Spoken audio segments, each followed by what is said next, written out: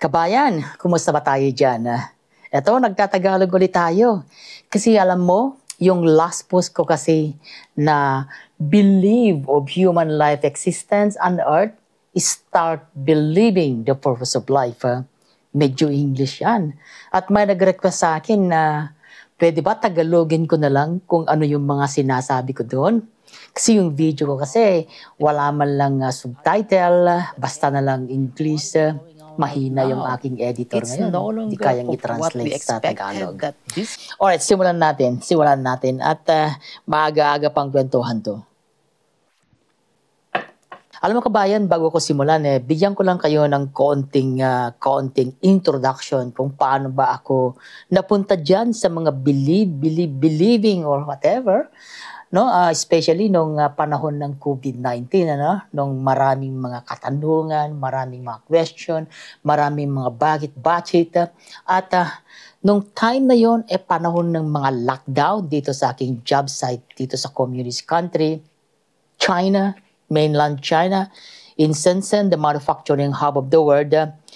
Hindi ako makalabas, hindi ako makajamming sa mga kaibigan, hindi makajamming sa aking family. That's another story. That's another story for my hybrid son. Tapos, ang magagawa ko lang magbutingting sa aking mga electronics, pero nakakasawa din. Tapos, nagbutingting sa internet.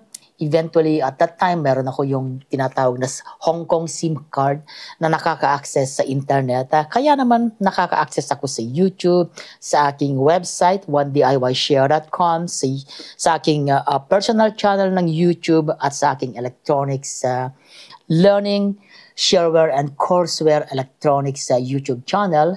And then, long story short, napadpad ako doon sa mga tanong-tanong kung paano nga ba ang human life.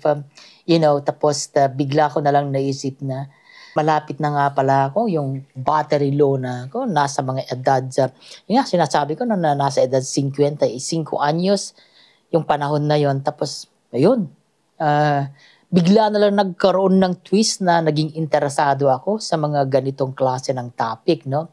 And then nag-start akong mag-research, no? Meron akong ginagawa instead na magkaroon ako ng depression, no? Yung depression na hindi ako makasama yung family ko, hindi ko makasama yung anak ko, hindi ako makajamming outside dahil nga sa mga lockdown. Ang pinaka-depressed talaga yung wala kang maitutulong sa family mo at that time. Tapos kumbaga huwag ka munang pumunta dito. Nagiging sagabal ka lang Kasi maliban doon sa mga virus na yan, na everyday swab test sa factory, kasi nagkatrabaho ko sa factory, sinasabi na magkakalat ka lang ng virus dito, wag ka nang pumunta dito. Yun yung mga depressed na gano'n, na para bang ayaw nila akong papuntahin dahil magkakalat ng virus. Hindi naman yun yung intentional, pero talagang yun yung mga tinatawag na reason kung bakit. Kaya naman nag-focus ako doon sa mga research, especially doon sa human life, the main purpose of human life while on earth. And ano nga ba yung purpose naman ng COVID-19? Bakit naman nagkaroon yung COVID-19 na yan?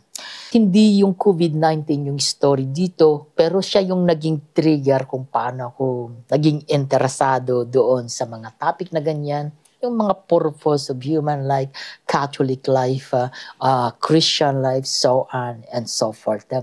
Maliban doon sa Bible, ay meron pa palang mga sources na sumulat kung ano talaga yung purpose ng human life. Nahuhulog. Alam nyo, karamihan siguro kagaya ko na mula pa nung pagkabata, minula na tayo ng ating mga magulang na tayo ay galing sa angkan ni Adan at saka ni Eva. Adan and Eve, ika nga sa English. Tapos alam natin kung ano yung tinatawag na creation, yung sa Genesis, doon sa Bible, tinutukoy ko doon sa Bible, no? So alam natin lahat yan. Popular lahat yan sa atin, lalo ng kabataan natin hanggang sa tayo nag-elementary, nag-high school, babasa tayo ng Biblia, nag-school tayo dun sa Catholic school. Yung pa rin yung tinuturo sa atin na tayo ay galing sa angkan ni Adan at si Eva. Alam natin kung anong story ng si Noah, the flood, ni Joseph, 10 tribes of Israel, and so on and so forth. Alam din natin kung anong story ni Abraham, no? Marami siyang asawa. May idol, no? Tapos alam natin kung ano ang New Testament, Old Testament. So, all of these things ay alam natin dahil tinuruan tayo. Ang hindi nila tinuro ay yung ano nga ba talaga ang main purpose of human life existence on earth. At ngayon, 55 anyos na tayo, saka lang natin nalaman na, meron pa palang ibang istorya ng paano ginawa ang human, ano? Yung tayo, no? Yung ibang kwento maliban doon sa Biblia ay yung tinatawag nating yung Anunnaki, yung mga clay tablet dahil maraming kasulatan na sinulat doon sa clay tablet kung paano nagsimula ang human life. Yung tinatawag nating creation of human. At ganito yung kwento.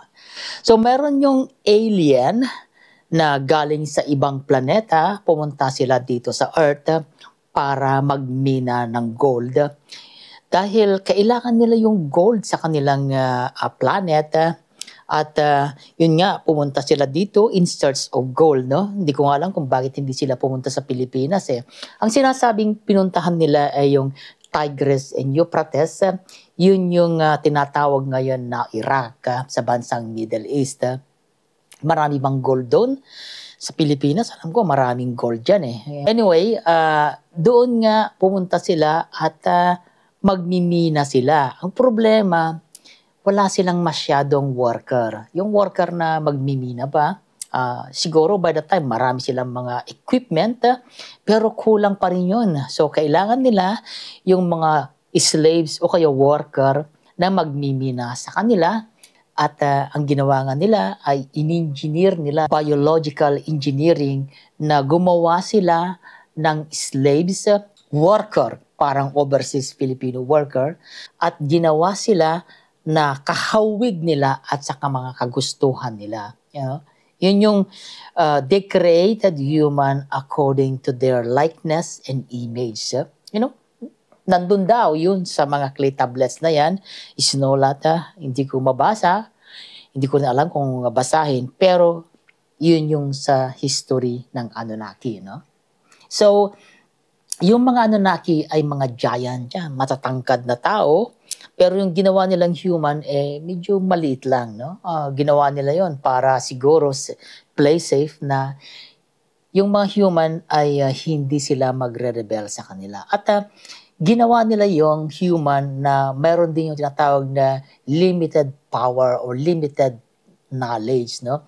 Hindi lahat ng katalinuhan ng mga Anunnaki ay itinransfer nila doon sa mga ginawa nilang tao. Para bang ginawa mo yan para lang magtrabaho as slaves, magmimina ng ginto. Alam mo, ito yung pinaka-challenging kasi yung salitang yan doon sa mga clay tablets ng mga Anunnaki ay meron ding similar doon sa Biblia nung tinatawag na God created human according to His likeness and image. Parehas lang nga. Yun yung tinatawag na very challenging, yung pagkakaunawa ko. Tapos, yung mga giant nga, ay yung mga Anunnaki nga, giant, matatangkad sila according to this picture, no? Matatangkad sila, tapos malalakas sila, very, very powerful sila. Tapos, doon sa Biblia naman, meron tayong mababasa doon sa Genesis na mga giant, yung mga tinatawag na watchers. Ano ba bang tawag doon sa mga watchers na yan? Nephilim. Tapos, sinasabi din na itong mga angels na to ay sila yung mga fallen angels. Yun yung mga description doon sa Genesis sa Bible. No? Alam mo, ang very exciting dyan yung mga tinatawag na watchers, fallen angels, Nephilim, doon sa Bible, nakasulat doon na they came down to earth and mates with human ladies. Yan yung very exciting yung nga sinabi ko yun doon sa English blog ko na itong mga fallen angels na to, itong mga watchers, itong mga Nephilim na to ay mga manyak yan Biruin mo naman nakakita lang sila ng magagandang beautiful ladies from earth ewan ko kung galing sa Pilipinas yan Dami kasi magagandang mga ladies galing sa Pilipinas and then they mate with human women at nagkaroon sila ng mga offspring ng mga spring na yan ay mga giant din Doon din sa clay tablet ng Anunnaki, ganun din yung istorya, Ginawa nila ang human as a slave, genetically engineers according to their likeness and image. Mas pandak nga lang niya yung human. Yung mga Anunnaki, mga giant yan at saka matatalino. They are very powerful. Tapos ilan sa mga Anunnaki na to ay na-seduce o kaya nagandahan doon sa creation nila, yung mga magagandang dilag, Kaya yung sinabi ko, galing siguro sa Pilipinas siya. Galing sa Bisaya siguro, magandang galing sa Bisaya nagkaanak sila, tapos yung mga anak nila, mga giant, Ganon din yung sinasabi doon sa clay tablet ng Anunnaki at halos parehas din doon sa sinasabi doon sa Biblia. Ito yung very challenging kasi meron naman written record, meron naman yung tinatawag na historical event dito sa part ng Anunnaki at mayroon naman dito sa Biblia. Parehas lang yung istorya, iba lang yung pagkakadescription, ayon sa aking pagkakaunawa. Ang gusto ko sana talagang malaman yun lang bang mga lalaki na watchers, mga fallen angels, ang nakipagtalik sa mga earthlings, mga babaeng earthlings. Hindi, ganun din sa Anunnaki. Iyan yung tinatanong ko pa. Marami na akong napagtanungan. Tapos, keep researching. Yun lang bang mga male Anunnaki ang nakipagtalik sa mga earthlings? Di yata makatarungan yun, Paano naman yung iba? Wala ba tayong watchers na mga female watchers? Tapos nagipagtalik dun sa mga pogi na earthlings. Yun yung magandang tanong, questions, I mean, iniisip ko nga tuloy, kaya pala ganyan yung mga lalaki,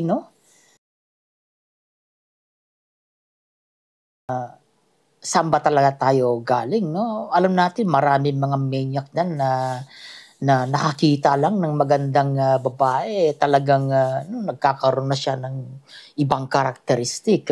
Mga lalaki lang yan, Kaya siguro mas marami yung mga lalaking maniac kaysa doon sa mga babaeng maniac.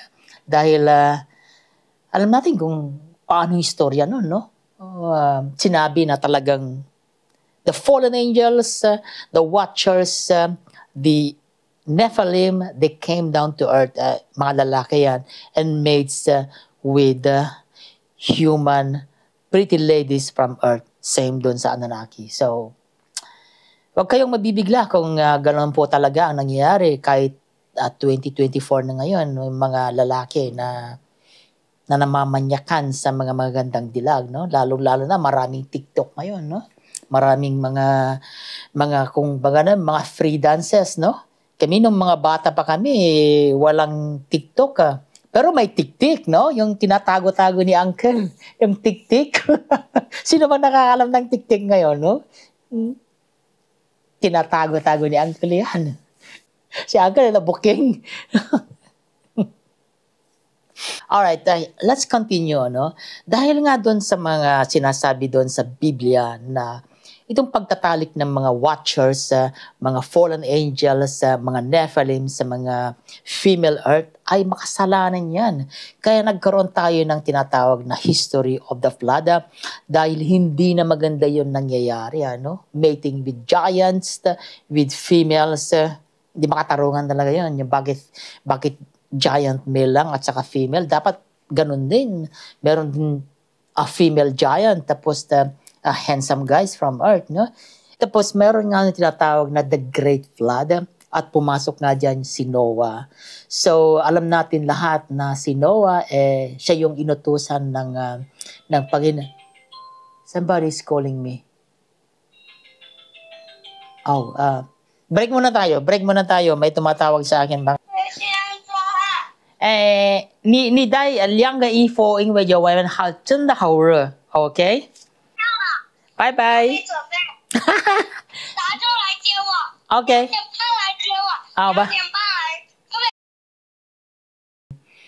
Ito yung sinabi ko na kanina kaya nagkopyahan tong dalawa na to, no? Hindi ko alam kung saan ang sources, no?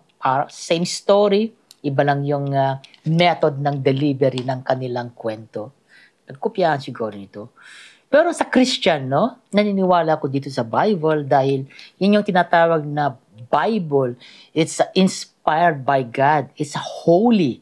Kaya naman dito sa Biblia, naniniwala ako. At naniniwala ako sa mga maniac na fallen angels, mga watchers, Nephilim. Kaya naman siguro naging watchers din ako nung nasa Korea ako. Frankly speaking, watchers din ako noon eh. Yung Larga Vista ba na during the summer kasi yung building namin nandito tapos yung building yan. Mga lalaki lahat na nandito tapos doon naman sa puro mga babae, mga watchers kami, may mga Larga Vista kami. Pag summer kasi doon, I'm a part of the watchers, descendants of the watchers. We've been watching all the girls, the Korean girls on the other side of the building. So, no matter Anunnaki side or the Bible side, we're watchers. Sometimes I'm maniac too. You can't blame me for that. No matter which side, from the Anunnaki or the Bibles, there is history there, and we just happen to be a descendant of it, being a watchers, no matter Anunnaki or the Bible. Watchers. Watchers. Ayun kabayan, mag-isa lang ako dito. Baka naman sinasabi niyo, may kasama ako dito. Gusto ko lang linawin na although product ako ng mga maniac na watchers o mga Anunnaki, no matter which side, mag-isa lang ako dito, wala akong kasama.